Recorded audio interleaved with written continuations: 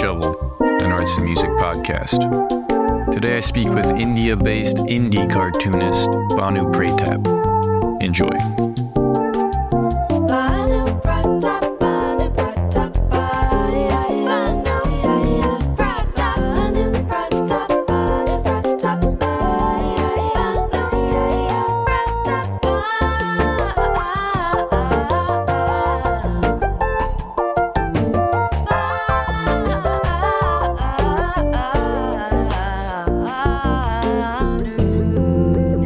All right, we did it. Yeah. I think we're good. Yeah, sounds good. All right, so is it midnight in India? No. It's actually I think we messed up the timing a little bit because it's six. It's 6:45 in the evening. It's 6:45 p.m. Oh, Yeah, I think maybe it wasn't 12 hours. Maybe it was like 10 hours. Are you on the east side? Is it East Coast? I'm the East Coast, New Jersey. Oh, Yeah. maybe that's why. I think it's the other side, which is like 12 hours close to California. It's 2 hours difference, or Yeah. Okay, so Yeah, okay. it's just evening time. yeah, it's easy. It's not. And you were born in India? Yes, I've been in India all of my life. And what is it? Are there other comic artists in India that you hang out with? There are a few. It's not a big scene, Yeah. but there are a few. And like now, I think in the past decade or so, like there has been, like every now and then there are like new comics, indie comics, which keep coming up. But like it's kind of strange because like there is a history of comics in India, like a properly like nice history, but then there is this thing where like a whole lot of like there's not a whole lot of intergenerational kind of connection. So like there were comics in the 60s where like a lot of talent and a lot of stuff didn't get passed on till the 80s and 90s, and then there was like a boom in the 90s, which again died down like in the 2000s. Then there was early 2000 kind of boom, which again died down, and then in 2000, like so every like decade or like 15 odd years, like something happens, but then for whatever reasons, like people are not able to sustain it, and then it dies down, and then somebody kind of finds comics again. So like in the 60s and 70s, a lot of it was children's comics and newspaper, like the cartoon strips and those kind of magazine. Like we had our versions of Mad magazines and those kind of things, which kind of like which was there till the 90s, but it was like on the downswing. And then in the 90s, we had our own superhero, like which was very similar to DC, etc. Like, and even Image, that kind of where people like were making it. It was straight up superhero, and if I remember well, there were comics which would sell in the millions. I mean, of course, that has to do with the population and the price point, but there were comics which would sell like properly in millions in India. Really? But then, yeah, like it was. I mean, I think especially in the north, like anybody. So I'm 36. I'll be 36, but yeah. So almost anybody my age or around my age, we all know like Raj comics and Tulsi comics, and we know like the big superheroes from our generation when we were kids. But then it kind of died down due to a lot of reasons. I think one was just that printing was getting expensive, and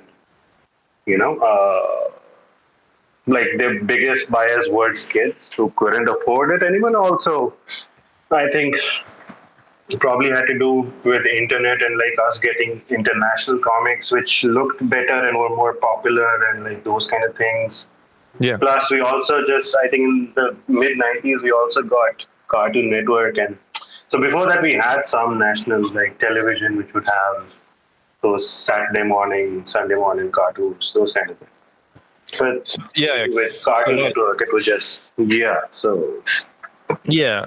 I notice a lot of the references you make are towards American comics. So is that more influential, the stuff you were reading that Was it more influential for you than the Indian comics you were reading? Mm, I think after a point, yes, because so sadly, a lot of it is not like the archiving isn't great.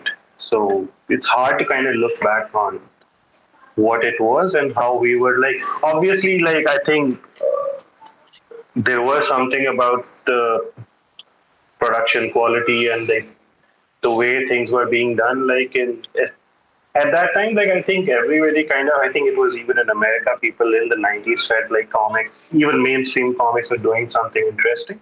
Yeah. Like there was something which was happening. It could have been that, but like there was definitely some uh, affinity to the superhero, and obviously like there aren't as big as like Super Commando Dhruv, that's an Indian superhero, or Nagraj were.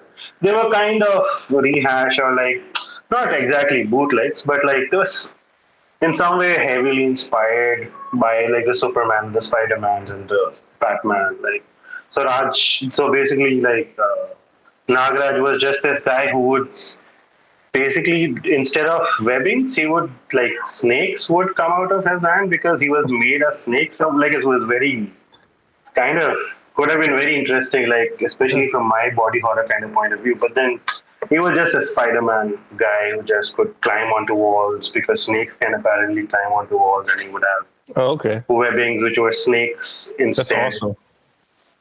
Yeah, it is awesome, but like they never did anything with it outside of just like copying uh, Spider-Man, etc. Like so. So yeah, like it was in that weird space where I think you could see the difference, and obviously I think there is the whole like American culture that again is like all over the world. Right, you're fascinated by American culture. Like you can't do away with that. So I think it had to do with a bunch of these things kind of coming at the same time, like the printing becoming expensive. So and like in the 90s, by the way, we had a very similar. Do you know what lending libraries are like, or like those? I don't think so. No.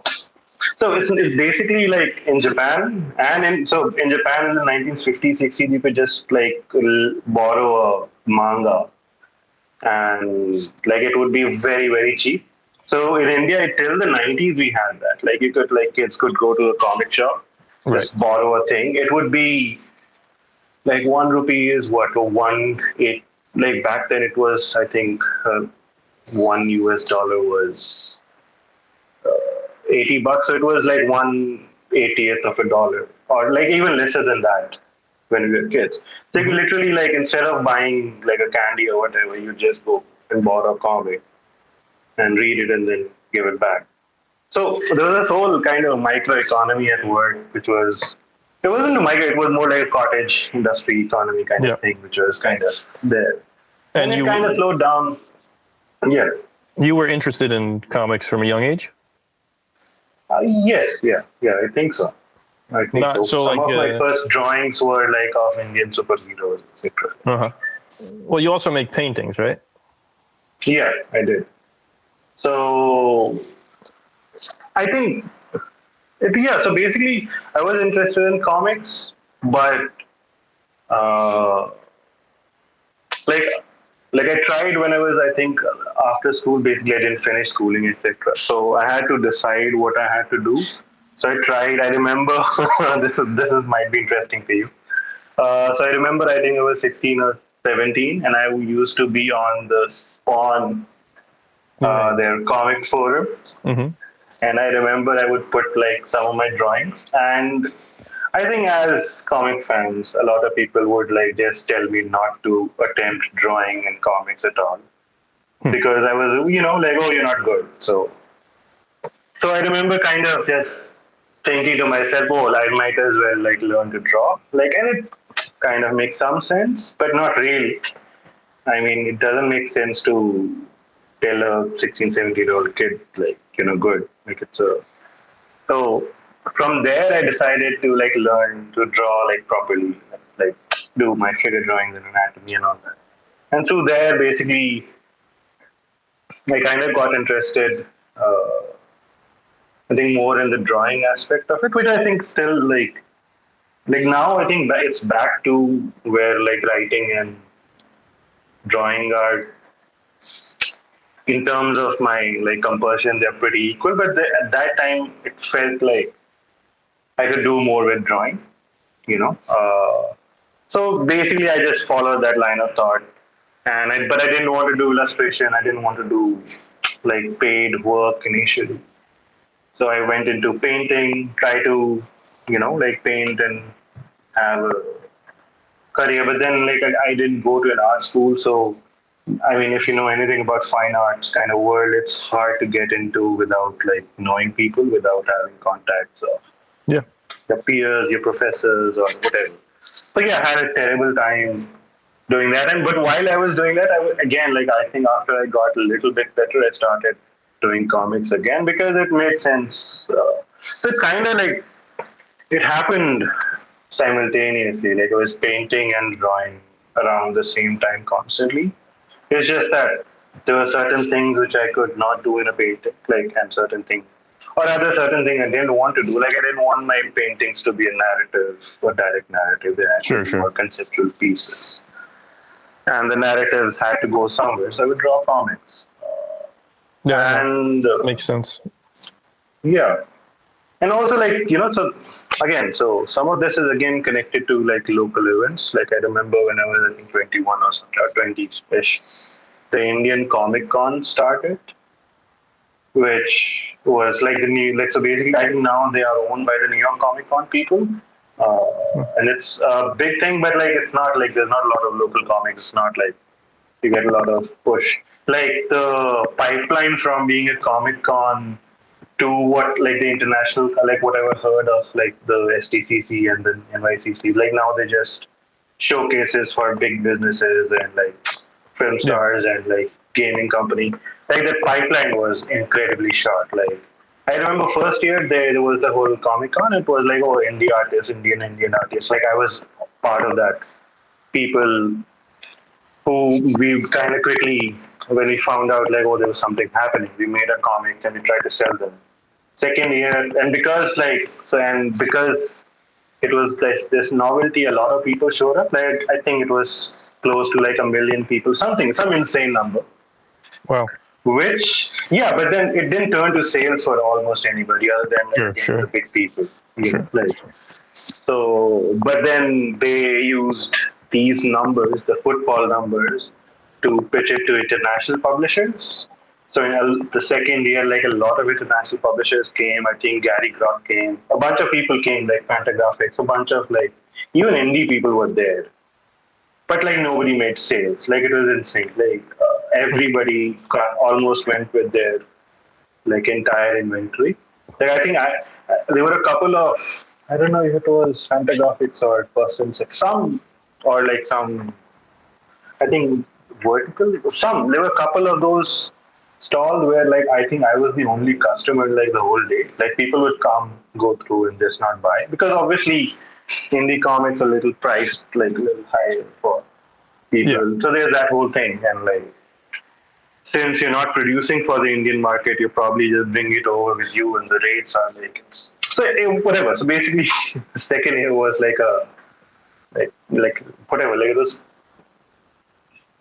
like you could see kind of like people were not that interested in buying due to again n number of reasons. Like the scene wasn't there. Like it was kind of partially artificially created. Like it was more of an event management thing than something kind of popping up.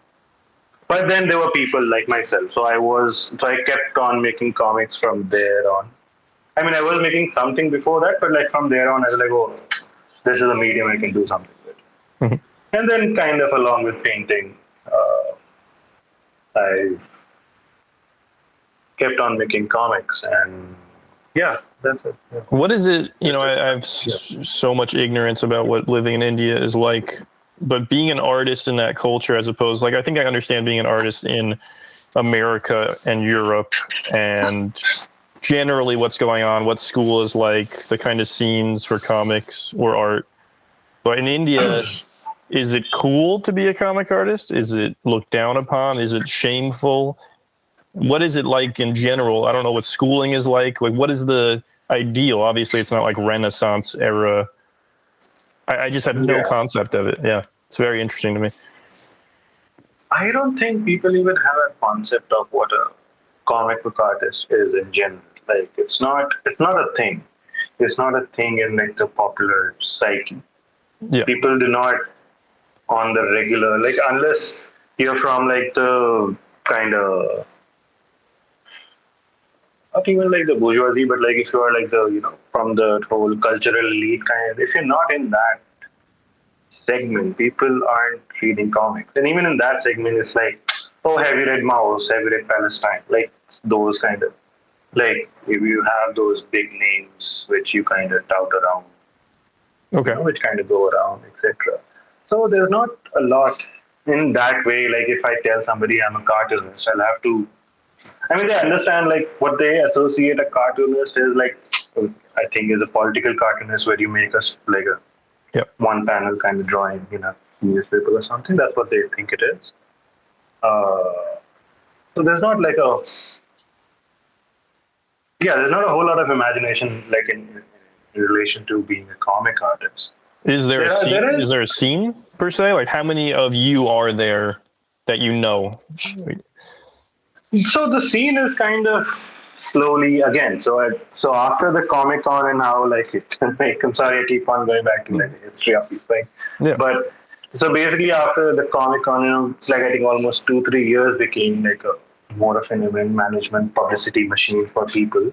Mm-hmm. Like again, there was this whole lull where like a whole lot wasn't happening. People were still trying to do some comics somewhere. Like there was another resurgence of superhero comics, etc., and like indie stuff. And there were people who were trying to copy Shonen Jump, Okay. like trying to Yep. make a magazine of comics. But like a lot of that wasn't working.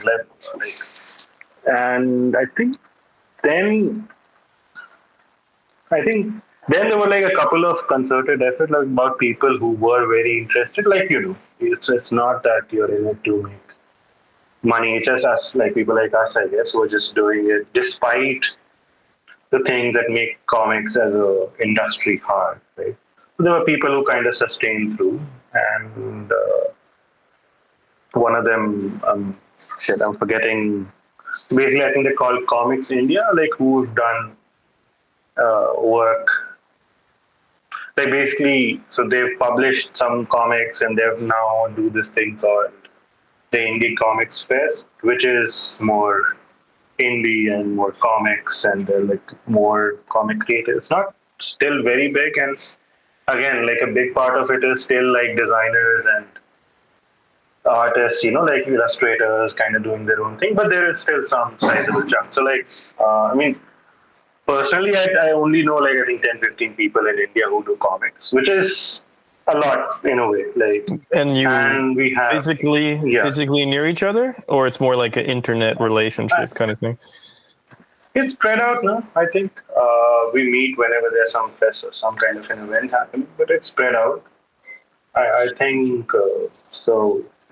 Again, like a lot of people still don't do it as their like as it's not a job for them. It's not like how they earn. So a lot of people are doing like design work or whatever, and then they do comics on the side. I think from people who are trying to make a living, like I'm barely making a living, but like still like I have something. I think that would be just maybe 10 people in total. I don't think it would be like. So a friend of mine, he's now become like a famous comic book artist. Like he's becoming big, like Anand Radhakrishnan won an Eisner last year or something, a couple of years back. There are a couple of those people who now like who are working in those indie mainstream kind of spaces, like Walt Comics and I don't know if you know Walt Comics, those that zone, like, for like doing illustration and writing and those kind of things. There's some kind of those people, and then there is another even smaller section where people like me, so there's this one artist I would really want you to look at is Anand Pagal Kutta. Like basically he just got published by damn it. They do these magazines. I'm forgetting what they're called. Oh, by the way, he's coming to Short Run Seattle like as one of the guests, so Nice. he'll be there. So like he's one of the there are like a few people who are doing it as a thing. But I think there are people who are interested. There are like it's just that the infrastructure is not there. So unless like you are very enterprising or you are very like obsessive about it, it becomes a little hard. Like I have friends who have lots of ideas, but then it just never happens because they don't have whatever, these kind of things. For whatever reason, like life reason, material reason, and just that and it makes sense to put life and like other things above doing work in a certain way. Yeah. When it's so different there because at least here there's all these conventions, there's all these publishers. They're not that far away. Like going from zero to them is, takes a lot of work, but it's not impossible. But when you're there, the internet must be the thing, right? Like how else, like with that ambition you had, is there a specific publisher you want to get to? Is there a specific comic convention? Is there a goal you had early on, or were you just like, I want to make a book that's this long, or was it less intentional than that? No, I think there was an intention. At least when I was much younger. So, like when it all started for me, I remember sending my stuff to Image Comics, etc. Like those kind of. Because again, I did not know. There wasn't much like for whatever, like a teenager who didn't have a lot. How long have you been drawing comics? On and off, I think 15 years, more than 15 years. But then it's not like a big output. Like I can't say that it's been a big output. It was usually like when I would try to like every year I would try to make one comic and try to pitch it because like you pitch it and then nothing happens, then you give up and you do other things, and then you have an idea and you pitch it, right. Nothing happens. Like it was that. So I remember I sent like a comic to Image Comics and they sent back like a rejection, something where, I mean, it was, I think it's still kind of remarkable and that's why I still remember it. Is like, they sent it and they said the comic was weird, but the art style was kind of cool. And I was like, hey, at least like a legit, some authority, like in my whatever 19-year-old head. It was like, some sort of authority or whatever, like that person on the pedestal likes my art, like prove it if they don't like my story, like whatever, my writing, etc. So from there on, like it was that, but then I think after a while, like maybe a few years down the line, I realized I just wanted to draw comics. Like it wasn't even about I think it was just about like putting it out there. It wasn't about selling. It wasn't about when it basically kind of was not tied to a sense of career. Like I realized like I was not very interested. Like I don't care that much about being published. Sure, like somebody approaches me, whatever. Or like if I like some publisher or whatever, some anthology, etc., I will go ahead and ask them. But I don't think that's the thing anymore. Like even right now, like, I think most of my comics are on social media. Like I don't have a separate place or site where you can download them or whatever. It's just there on the social media because it just, I think to me, a big part of it is just making the comic and just having people see it.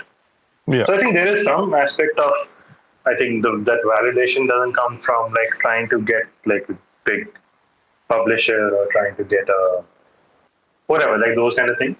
It's A is more just about like having people see it. And B, I think it's also like a little bit about like more about peers. I don't think I care about publisher in a publishing sense, in the sense like to me, like somebody like an Austin English or somebody like a Gary Groth or like an Eric Reynolds or like these people, they're not, if that makes sense. Like it's more like about them being curators rather than publishers. Like I like how, whenever you hear them talk and you kind of hear like the sense of things, that is to me kind of more interesting than what they may end up publishing or something, like, so yeah, so I do reach out to people every now and then. Like obviously, if somebody publishes it, it's great. But to me, it's more about like connecting with a sense of some idea of some taste or some idea of some curation. Like having that. Like if I think somebody has some idea of what they believe is good comics. Well, I mean, it's subjective, but you know what I mean. Like if it's that zone, then or if they have some idea of curation, if they're like somebody like again Austin or something, these people like who are not only doing their own work, but they are kind of understand what's happening, you know. So, at what around age them. did you get exposed to, say, Austin's work? Like, at what age did you encounter this American alternative comic? I think it was gradual. I would definitely say I entered. Sorry, sorry. So I think it's. I think definitely the manga happened before, like alternate manga. So weirdly enough, like I read like Seiichi Hiyashi and like Sasaki Maki back in the day when they were first published by Picture Box. Picture Box, right? Yeah, Dan. Yep. Yeah, Yep. and yeah. So basically, it started from there, I think, and then I think around the same. I think it was around that time a bunch of like these Gekiga mangas were also being translated, or Yeah. I'm not so sure, like the Tatsumis and the. I think majorly the Tatsumis. I don't think it was. Yeah, so it was through there. I think I kind of started getting into, and like some of these things are still like a big part. Like I think Maki and Hayashi and Sue and like these people are still very essential to me. But like, so basically, it was around that time, I think 2011, 12, something like that. Almost a decade or so back, where I started getting into it. And obviously, also, weirdly enough, it was also the Comic Con, like where I met these publishers. Like, oh, something interesting. It's not just like it's not like Image and Dark Horse are not the extent of like the indie and like, there is other things. I remember there was Fantagraphics and a bunch of other people. So like it was all, and also I think just through Facebook, I remember getting in touch with like some of these older veteran comic artists. If you know Tony Salmons, basically like the comic artist from the 80s. Basically, he has had a very weird career. Like hasn't done a lot of comics, but also I think people like Paul Pope, etc., consider him an influence because of like his line work and his like zany style. And it's kind of like interesting. And then there was, and through him, I met James Romberger, the 7-mile-a-second artist. That he's done a few kind of like very interesting work.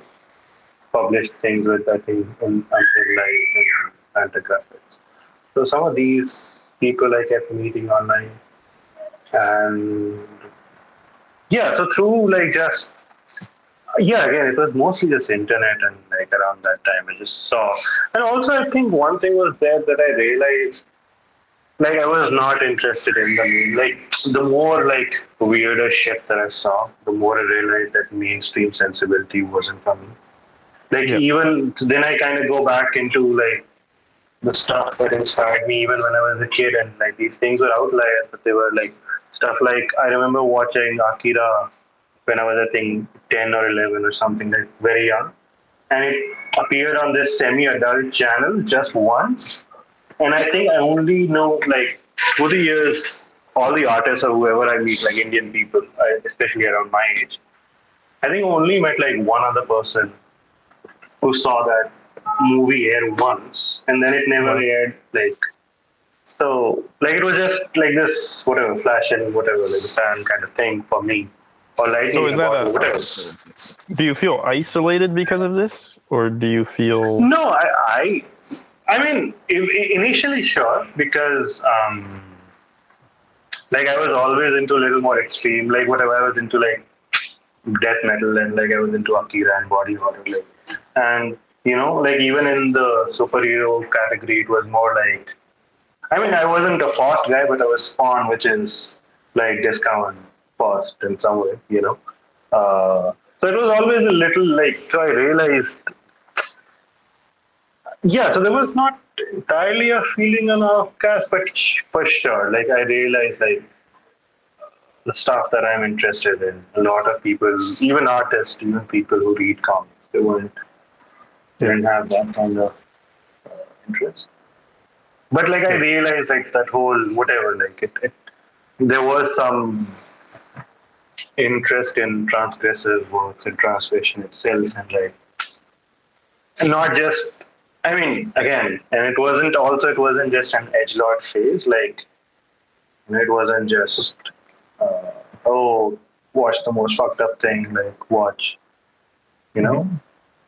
postal, or like the Serbian film, whatever, like, it was kind of like it wasn't just that, there was something else which was happening. So In terms of writing in English, you must have a very good command of the language if you're writing like more poetic text like you do.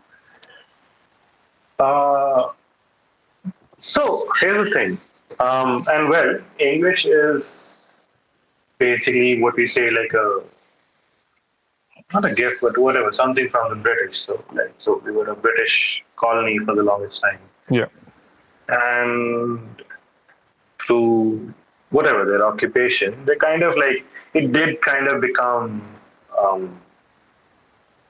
like a something of a social currency of a language, like that kind of a thing. Like it was, sure. And obviously also like in India, it's kind of since there are many languages, like I think they're officially we are all things some 30 odd states, and each state has its own language. So it's a whole lot of language. Like I can speak like three languages, like three native languages, and and then English. I mean, I'm not fluent in some of them, but like I get by. And like this is a very common experience in India. So, and then there's the whole thing about like English being something which like a social elite. So basically, if you want to have some kind of class mobility or like upward mobility, like whatever, so you kind of, English is one of the things you need to possess to have that. I mean, so yeah, so basically it's that. So I am basically like from an early childhood, like if you want your child to do well, you put them in an English medium school where basically the English, like you learn all. It's not just that you're learning English, you're learning all the subjects. You're learning maths, science, whatever, like social studies, everything in English. Yes. So it starts from there, and then again, I think it was also that, and now kind of I'm finding out that there is a lot of interesting, weird things in regional literature and regional, those kind of things, subcultures.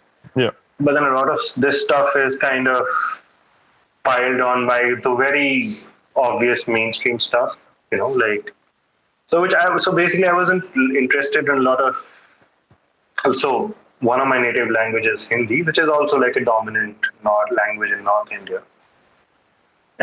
But like if you really have to dig hard to find, like, let's say if you want to read like something weird or out there kind of a novel in Hindi, you have to really work hard. Like you can't just, like you have to know like the right person at the right bookshop or somebody, or like your parents need to have like extensive library of them being readers and of the same kind of stuff. Like it's certain kind of gatekeeping, but not really. Like also has to do with, again, it's complicated. Like English and the relationship is, or English in relation to any other language, the relationship is complicated.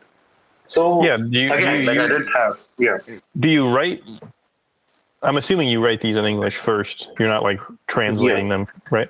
Are you? No. Is it a practical thing, just because you think more people are reading in English, or do you find the language more comfortable and beautiful in some sense to write these kind of more abstract, poetic phrases within it? I think it's yeah. I think it's like I just write in English. That's what I do. I think it's just for me, Okay. since it's a. I think it's just that a lot of the works that I like even like the mangas or whatever, right? Like you don't read them in their original language. You read them in English. So and whatever is the translator, whatever that has happened is something else. But besides the point, it's so like almost everything which I've read is. Did we? Sorry. It's fine. Can you hear me? Yeah. Okay. Yeah. Good. So so basically, so I even think in English most of the time. Like, Oh, okay. Okay. So it's just like the primary language or whatever for me at the moment. That makes sense. Yeah. Yeah, and But it is like again, like it is like a cultural elite kind of a thing. Like it is, it is a weird situation where I do want to make like comics in Hindi, but then the readership forget like my content, but even if it was a content, like how would you get to those people? And it's not. And weirdly enough, like it's the demographics kind of also kind of fuck you up. Like unless you're very mainstream in a local languages, like it's very hard for people to kind of or something like or have at least a mainstream. So you can be like an indie filmmaker in Hindi or in Tamil or in Punjabi because film, like through Bollywood and through other whatever regional cinema, film is like a strong medium which are like enough distribution and enough prestige, where you can still do like have an indie voice in a regional thing. And in um, comics, there's nothing. Anyway, there's not. Like even in English, there's not a lot. So even in books, it's like I have a few friends who are writers in like regional languages, and it's not like they get by. Like that's the some of them like sell well, and then they just get by. Like it's like a whole thing, man. Like it's very hard to kind of sorry, I'm just kind of blabbing on, but then a lot of these is like kind of contextual. So every few years, like, some of the people who've been practicing comics, we get together, like different sets of people, and we talk about distribution in India because it's such a like a hellish thing to kind of even try to understand. Where if you want to get any kind of distribution, you have to straight up give them 50% of the MRP, and then it's like, and then like you don't even know what the reach. Like I'm talking about like real distribution, like bookstores and like newspaper stands and those kind of things, magazine stands. And even then, you don't know where all your comic is. Like it's a process that keeps on happening again and again because people are not able to kind of,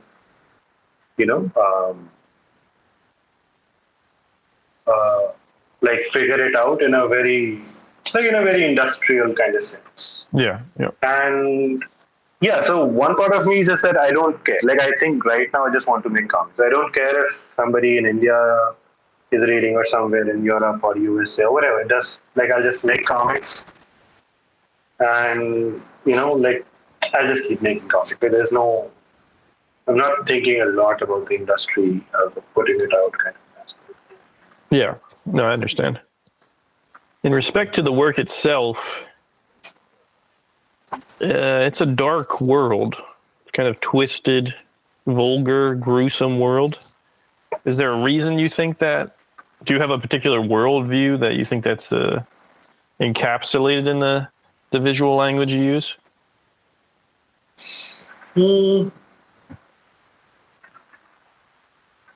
So,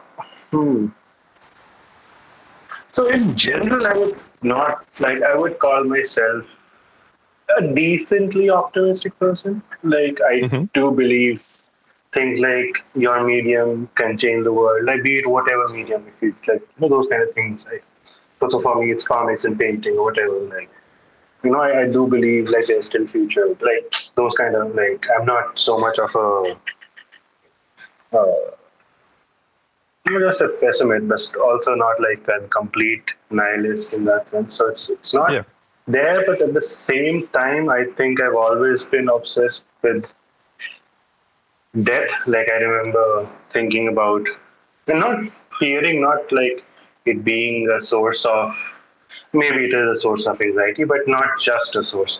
But I think if it was just a source of anxiety, I think I would have a very different relationship with things like death or etc., like death and violence. But it's not just anxiety, there's something extra.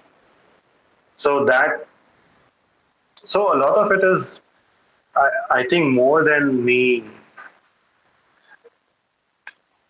I think more than me like expressing, it's like a lot of interrogation. Like it's a lot of it is figuring out why. Like, um, so the body gets punished a lot in my, Yeah. like that's one of the central like, pieces or whatever. But I think that's just because to me, I think there is something in the body which is where obviously like and it's a tradition in body horror etc., where it's not just about like terrible things. It's about, I think, making us aware of the bodily situation and the bodily circumstances. And it's not, like if you do it well, like somebody plucking out their eyebrows might feel more painful than somebody getting shot and murdered. And which is a Hmm. thing, right? Like there is something where if you take a close up of somebody just whatever, like doing something, like even a like that, like plucking eyebrows. That feels more painful than if you put it in a very different context, like something like an action film or whatever, where some people are just getting mowed down. It has no effect on you bodily, like you don't have any visceral reaction. So Yeah. there's always like, so for me, that visceral kind of feeling kind of becomes one of the things that I want to figure out. And at the same time, I think, yeah, I don't have like a great relationship with my body. Like there is a distinction with like, I think there's me and there's my mind and then there's a body and there's always like some level of Hmm. disconnect in between the Yeah. things. Yeah. Yeah. So, and I kind of assume that it is for a lot of people, if not everybody. I'm not sure, but I think it's something, that relationship between the body and the mind and the world also, like has to be kind of examined. So, but and then how do you do that? Like, how do you kind of, you can't. I mean, obviously, one way to do that project would be to figure out like how the mundane and the banal can be very like torturous and be punishing. That's something. But the other way also to do is like you'll actually put yourself through things because things keep happening. You know. Hmm. So and the world does affect us, like the way you're sitting in a certain situation. Like Yeah. Yeah. I mean, I recently found out not recently, like a few years back, I found out about this thing called hostile architecture, which Hostile is like, architecture. yeah, so basically it's like public architecture or whatever, architecture in public spaces where they'll deliberately make those public spaces less usable and much more transitory. So like park benches where they put like the armrest between the bench, like a Oh number yeah. of So a homeless those. person can't sleep on it. Yeah. Yeah. Yeah. So if you're in the metro, they'll not like put a seat to sit on, or the seat will be this Yeah. terribly like metallic seat, or like whatever. Like there'll be a bunch of these kind of processes, Yeah. or just the idea of like a camera being there, like surveying you, so you know that you're being, like or Yeah. constantly observed. So a number of these things. Antagonistic. But yeah, it's kind of antagonistic. It predetermines your like criminality in a certain way. But then I don't think it's very, very like different from just the way existing in the world can kind of be also. We are very like, it's not just that we are only defined by these extreme things, or rather, if we are defined, like if we are being impressed upon by these extreme things, then it makes sense that even the normal, or what we consider the normal, is also impressing upon us.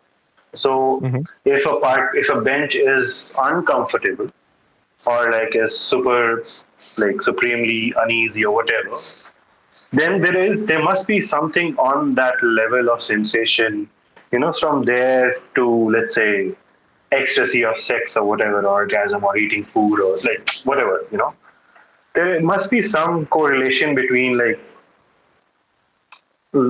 different points on this spectrum, if that makes sense. Like, it can't just be normal. Like, sure, we're used to sitting on a seat, Yeah. but like there's still some sensation kind of, uh, which is corresponds to the situation. So how do you so a lot of this kind of starts becoming about like the sensation that you're feeling in a space, or um, kind of heightening. A lot of it is me trying to heighten the reality of the thing, like I mean, I wouldn't just say it in a surreal way, but like in some way, surreal in the sense of surreal, like on top of reality. So it's like it's reality, but like heightened and louder, and so you kind of can understand so you can kind of slightly more easily parse through your experience and your, uh, you know, it just makes it more easier to understand what you're kind of going through. But Yeah. also, like Yeah. living in the world, it's not like, life is a little punchy. Like for most of us, it's not the easiest of things. So it's a mixed of, I think it's kind of a mixture of both of these things. That life is not so great. It's not terrible, but it's not great. And, you go through a lot of shit throughout your life. Yeah. Mixed I in mean, with like, yeah, yeah. I think when comics meet poetry, you often have this kind of amplification that you're talking about. I think it's a very good medium for that because it's so visual. So sometimes it is Yeah. grotesque or hyperbolic. I mean, I was attracted to Spawn as well when I was young, and Yeah. Angel Medina. I don't know if you remember that dude. He was like, I know Angel Medina. He started, I think, like after 16 issue or something like that. Like yeah, it he's was late. around He's after late. Greg Capullo left, I think. But I Yeah, just was looking at his work right now, and I was like, wow, this shit is crazy. It's yeah. kind of beautiful. I remember being shocked when I was young by that. But yeah, I definitely relate to everything you're saying in respect to even that journey, but also how you're trying to put these things across. And it's interesting to me because, it seems like you live in your own little world and in a good sense, the internet allows you to exist. I feel like it would be really hard, right, to do what you're doing without it. For sure. I mean, Even getting the influences of that era, that picture box era, which I think is super important. It's just interesting for me to imagine you. A lot of the comics artists I know are like, they're not welcome in society per se, but they're integrated. They have their little groups of people. So it's very fascinating for me to consider your daily life, I don't even know what that's like, but just what it's like to be doing what you're doing in that context. yeah, I think internet has definitely like, I think it's also, and maybe I think like the kind of analog you might find in US or Europe might be like people living in really small towns, or people, you know, where like you're the only Say that person who again. asks. Sorry, can you Yeah, hear it me cut out a now? little bit. Yeah, Yeah. So the analog I would think would be like somebody living in a really small town, which doesn't have a local comic shop or something, or if the comic shop is there, but it's only DC. Like I know it's not a great analog, but something close to it. Like I have some friends who live like in the countryside of their respective places, and it is with their neighbors and their family, they're just a person. Like it's not like they discuss those things. For them, I think like early on the forums and like the MIRC chats and those kind of things were integral to a lot of people. Like I think so. Yeah, like I am from that generation. I think that like all throughout my whatever artistic career or whatever this journey thing, I've always had like enough online friends of whatever, like, from everywhere. It's That's good. also in India, like yeah, and also like within India as well. Like, most of my friends are not there. We meet once a year or twice a year. Most of my comic friends, like most of the people I discuss. So yeah, so it is always like I don't know what I would have done. I mean, I would have still gravitated towards still more transgressive stuff because even in my life, like with like local kind of media, I remember being attracted to more extreme stuff. So, so I think that journey would have happened. No, obviously it wouldn't have been like this. It would have been something else, and I might end up being doing something else. Because I remember, like, I've always been obsessive about comics. Like, I knew I wanted to be a cartoonist even before I knew what exactly a cartoonist does. Like, I mean, I knew the drew, but like the other aspect of cartooning, etc. I would have still done it. It's just that, yeah, like that's why like I have to provide a lot of this context stuff. It's not just happening like it's not a very it's specific to me. Like there are like these moments where like something very specific happened and it completely changed my life. From like looking at those death metal covers in Spawn and Akira and Ghost in the Shell to like the picture box and like so. But at the same time, like these bigger, larger like cultural things were also happening around, like which would also kind of decide. I think the larger cultural thing kind of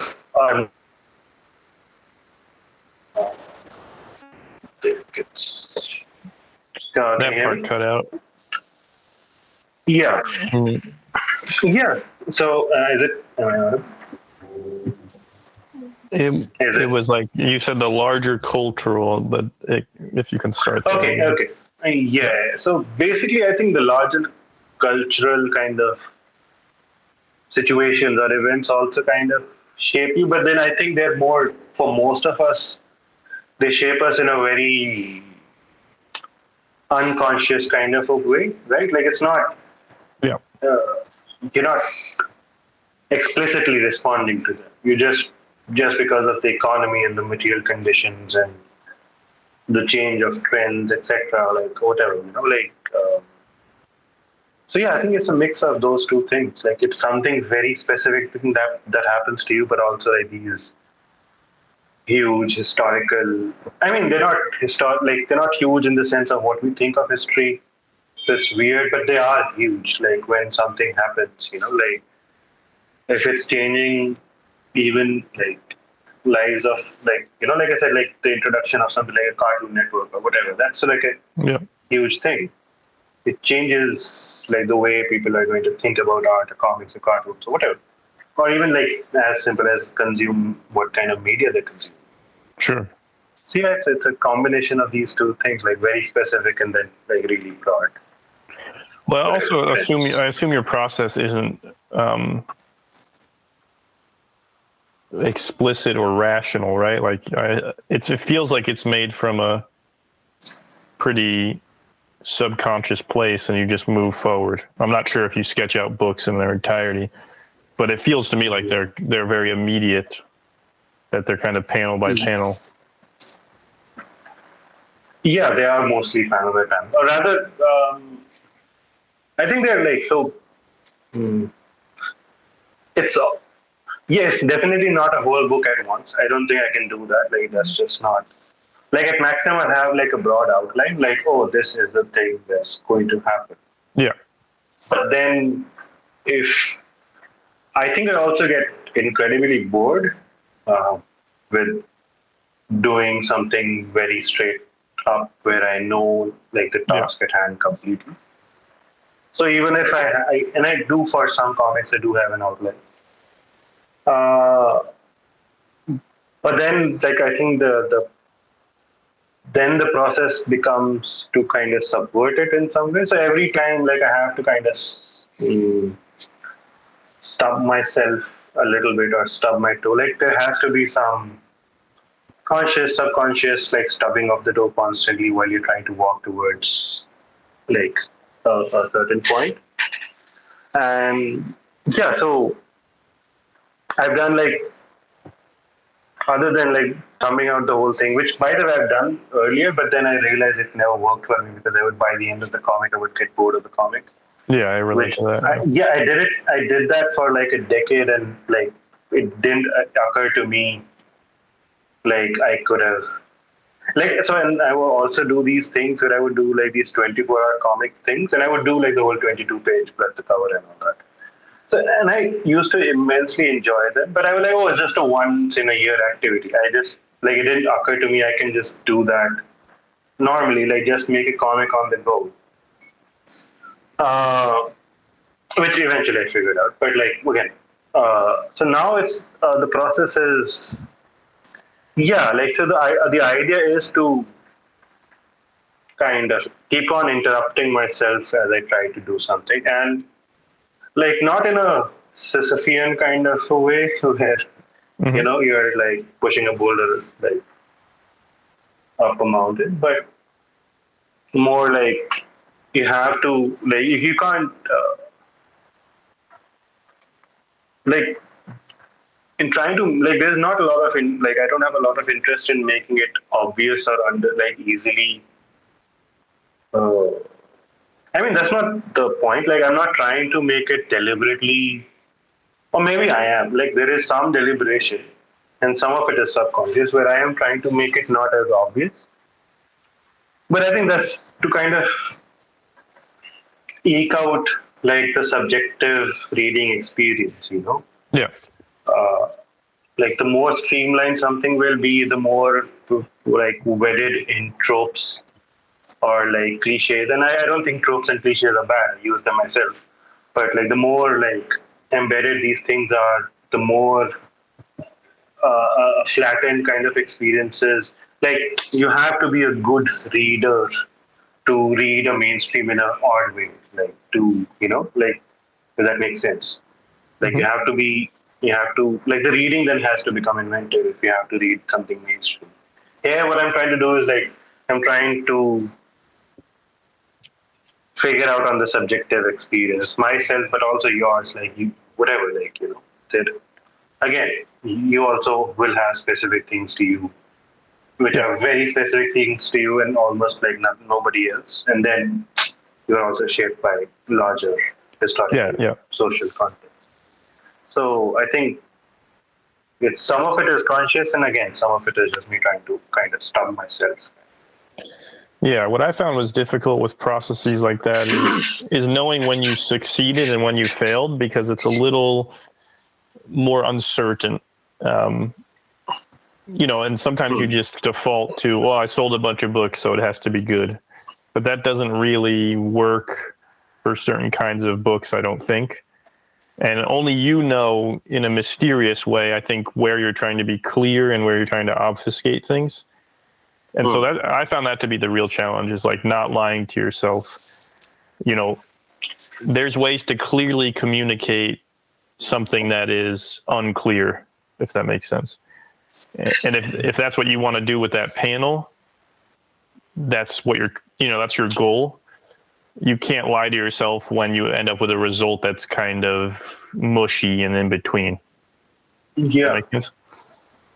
it makes fully agree. Actually, I mean, yeah, and I think whenever you're trying to do something like this, honesty, like whatever that means, For me, it's is very clarity.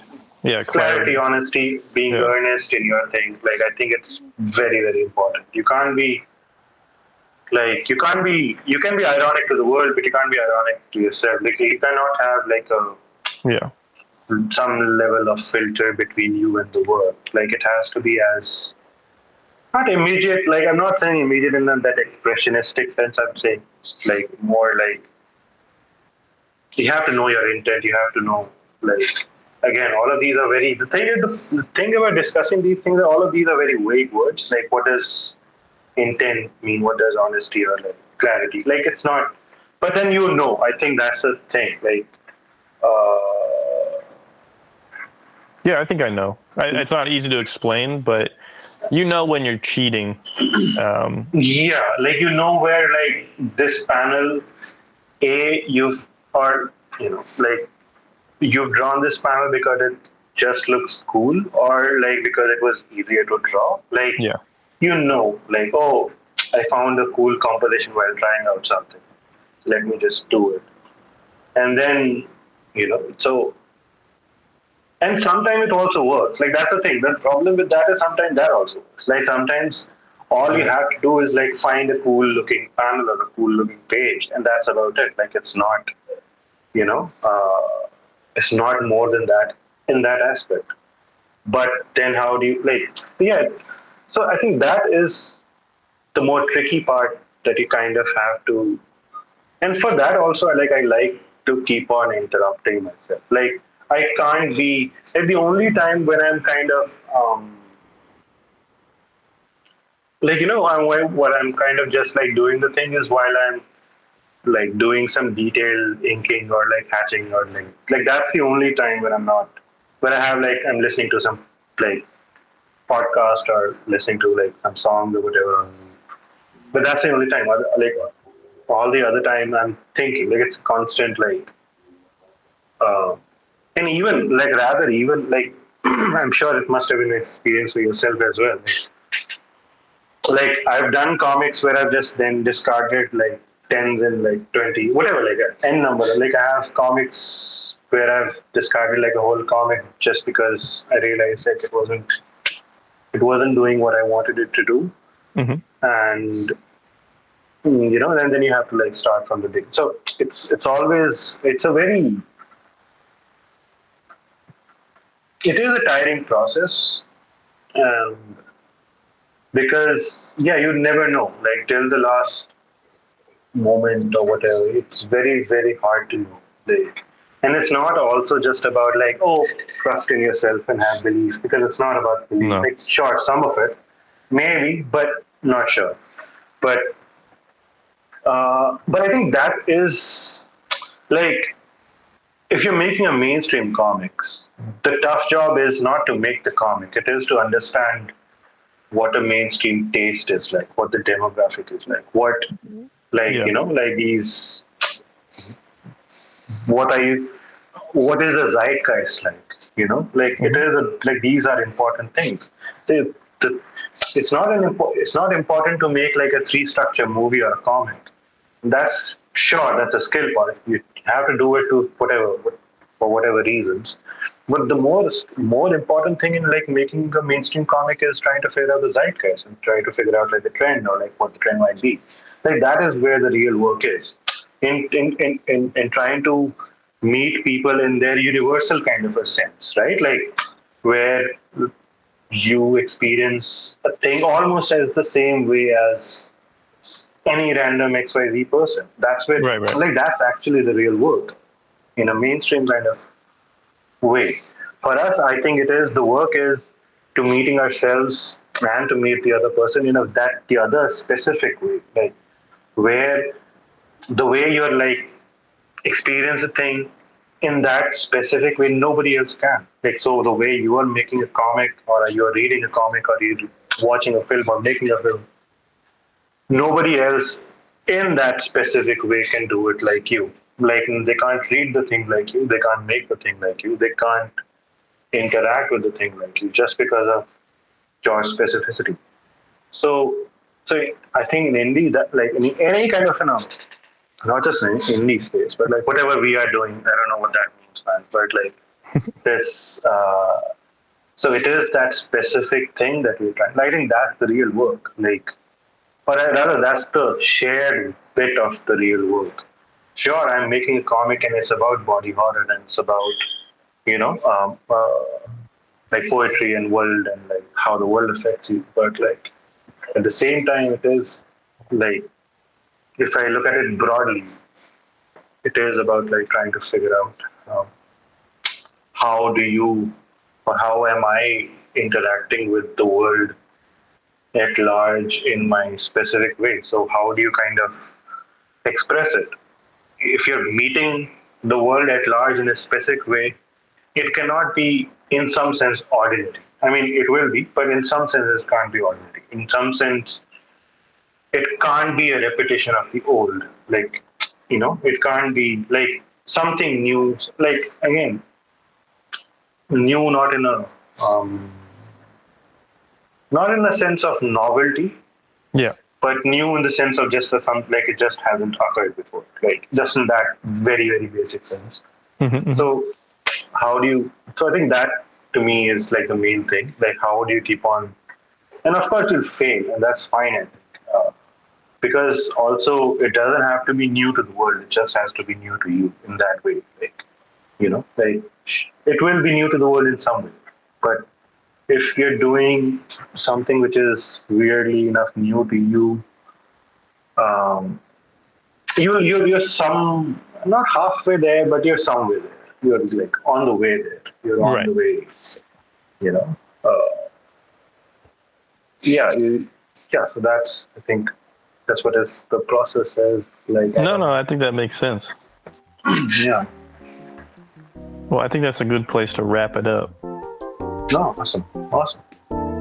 But thank you for your time. Thank you so much.